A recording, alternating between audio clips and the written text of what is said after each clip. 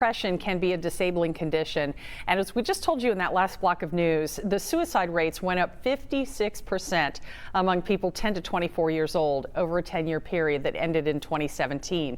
Dr. Lisa Larkin, CEO and founder of Ms. Medicine, is here along with Dr. Ashley Solomon, who is a licensed clinical psychologist and the founder of the Gallia Collaborative. They're here to talk about some of the symptoms and some of the ways that we can help when it comes to mental health. Good morning, ladies. Good to see you. Good morning. Good morning. Dr. Solomon, let me start with you. Do those numbers that came from the CDC, does that showing that we are not doing enough to address mental health in this country?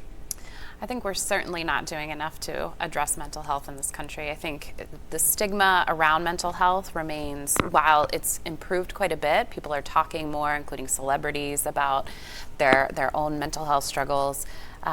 There remains a lot of stigma for people to talk about mental health, to be able to take time off from their employers, and to really address these conditions, to even talk to their doctors about it. A lot of people are very hesitant. And when you talk about young people, is there a problem with communication between young people and parents and doctors with maybe figuring out that there is a mental health issue that needs to be addressed? Sure. I think especially with young people, there are a lot of the signs and symptoms that are associated with mental health problems can often be attributed to it being a phase, it being a behavioral issue, when quite often there's a mental health component sort of beneath the surface that's getting missed. Now, when we planned this interview today, Dr. Larkin, we wanted to talk really about some of the vulnerable times in women's lives when they can be subject to depression.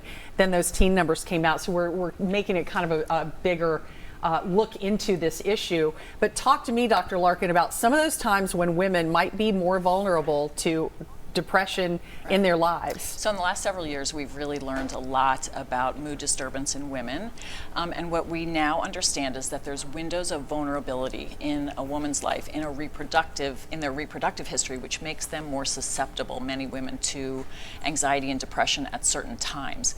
And those times are puberty, postpartum, and then the perimenopause and menopause transition is a time when I see many women who have never had any kind of mood disturbance before, where the hormonal changes of perimenopause and menopause really trigger a significant change in their mood, and many women suffer with anxiety and depression for the first time. It's much more than just having a bad mood or being stressed out. Tell me about the symptoms that would show maybe that this is depression.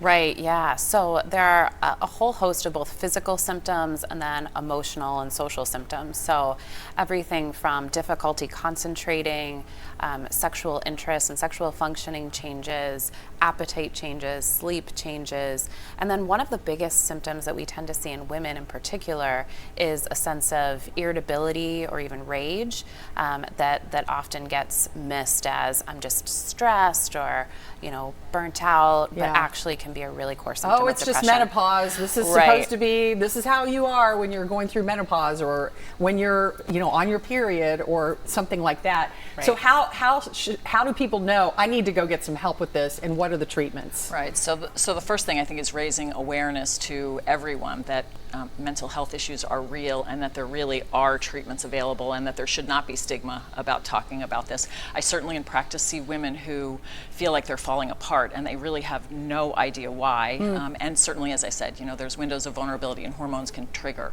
But anything that's persistent or that's impacting your quality of life or your relationships, I mean, certainly it's something that I work with Dr. Solomon a lot and with other psychologists in town to really get people the help that they need. So in addition to maybe some type of medicine, therapy, putting those two together really works for people, right, Dr. Solomon? Absolutely. So we actually know that a combination of medication and psychotherapy for especially mild to moderate depression is the most effective treatment when you can combine those two treatments. And we know that being able to really treat somebody comprehensively, both on the biological level and then the social emotional level, really helps them in the long term also be able to prevent future episodes of depression. Okay, very, very good. The Gallia Collaborative is Dr. Solomon's organization. Ms. Medicine is Dr. Lisa Larkin's organization. Both great places to go if you think you want to ask some questions. And now here's Tara.